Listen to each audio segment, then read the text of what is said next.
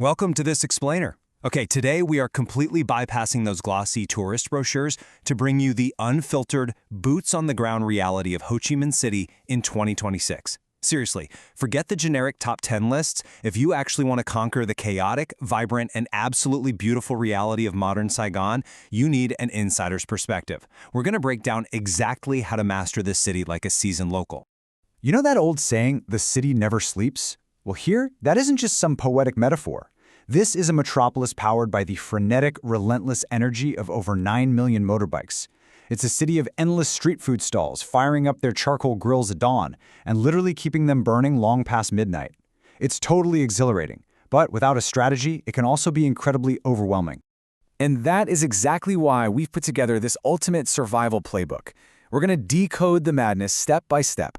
Okay, let's dive into this agenda.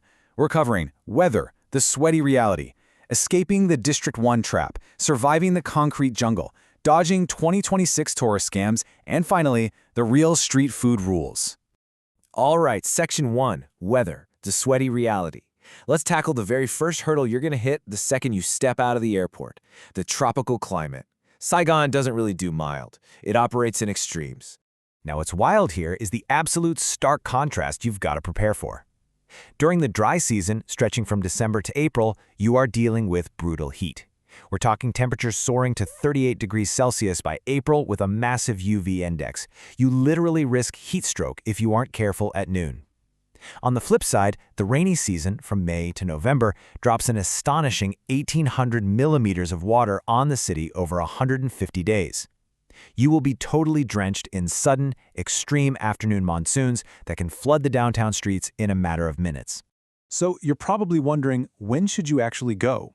Well, if we look at the data here, November and December are absolutely the sweet spots. In November, the rainfall drops by half to about 100 millimeters, and by December, you're only seeing about 5 rainy days with temperatures leveling out to a much more bearable 31 degrees Celsius. Let me tell you, timing your trip here changes everything about your experience. Moving on to Section 2, escaping the District 1 trap. Once you've actually timed your arrival perfectly, the next major decision is where to drop your bags. And this is exactly where most first-timers make a massive, really expensive mistake. Look, District 1 is the polished, historic center, sure. But honestly, it's kind of a congested, high-price trap. 5-star hotels here can run you anywhere from $180 to $450 a night in peak season, and you are constantly fighting severe rush hour gridlock. But look at the alternatives. District 3 gives you these incredible, tree-lined Little Paris vibes with authentic street culture, all just a 10 to 20-minute walk away. Or check out Bintang District, which offers these massive, modern resort-style condo ecosystems like Vinh Ho.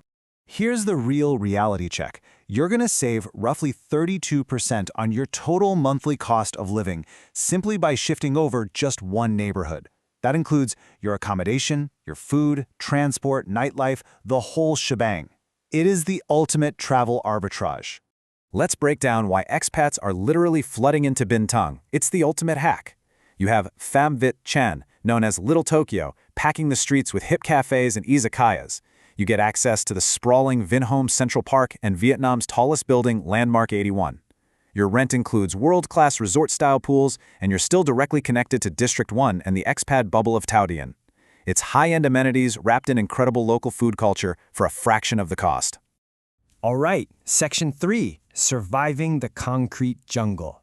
Because let's face it, saving money on your apartment doesn't matter much if you can't get around.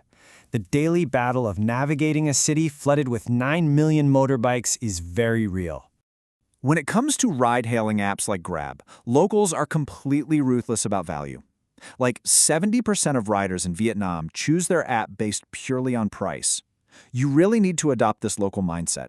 Compare your options, use Grab to avoid haggling over taxi fares, and never just accept the first price if you don't have to.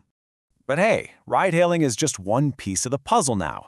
The absolute ultimate 2026 transit hack in Ho Chi Minh City, the brand new Metro Line 1. It is completely transforming how people move. Trains start bright and early at 5 a.m. If you want to bypass the severe 7 a.m. rush hour gridlock, this is your ticket. During peak times, trains are running every 6 to 8 minutes, and service goes all the way to 11 p.m. on weekends. And this brilliantly illustrates how Saigon is modernizing right now. If you want to ride like a local, you don't mess around fumbling with cash. Just download the Herc app, buy an unlimited one-day pass for just 40,000 VND. Guys, that's barely over $2 US. Always check the station exit number so you pop out exactly where you need to be and avoid unnecessary street crossings. Oh, and remember the etiquette. Absolutely no eating or loud phone calls on these pristine new trains. Okay, Section 4, Dodging 2026 Tourist Scams. Now that we're moving around the city efficiently, we need to have a quick chat about what happens when you step out onto the pavement. We're shifting gears here to give you some hard, protective truths. So here's the latest intelligence on active scams. First up, bag and phone snatching from passing motorbikes is still a huge risk, especially around District 1 and the Buivian areas. Keep your phone out of sight when you're near the curb. Second, beware of tampered taximeters that run artificially fast. That'll turn a cheap ride into an expensive nightmare real quick. But the most active 2026 scam? Grab impersonation. A driver accepts your ride on the app, then messages you asking to cancel the app booking and just pay them in cash. Never, ever do this. It strips away all your app protection and pretty much guarantees you'll overpay. Which brings us to Section 5, the real street food rules. Let's bring the energy back up because it is finally time to talk about the absolute best part of Ho Chi Minh City, the legendary street food. So where is the absolute best street food in Saigon? If you ask the average tourist, they'll usually point you straight toward the famous Ben Thanh Market in District 1. Well, let me just challenge that assumption right now. Here's your insider map. First rule, ditch Ben Thanh Market entirely. The prices there are 20 to 30% higher, and honestly, the quality is just aimed at tourists. Instead, you want to head to Vinh Cong Street in District 4 after dark for some truly epic, cheap seafood cooked right on the pavement. Then make your way to Vo Von Tan in District 3 for pho lay, where the bone stock has been simmering for a full 12 hours. And if you are wandering around District 1, go straight to Li Thi Riong Street for the legendary Banh Mi Huan Hua. Yeah, there's a 20-minute queue, but that crispy, pâté-filled baguette is absolutely worth every single second. So, the crucial point here is, you've got to trust your senses over TripAdvisor. When you're hunting for com tom, that amazing broken rice, the smell of charcoal-grilled pork smoking in an alleyway, that's your compass. The sizzle of turmeric batter hitting a screaming hot pan for Ben Seo, that is exactly the sound you want to follow.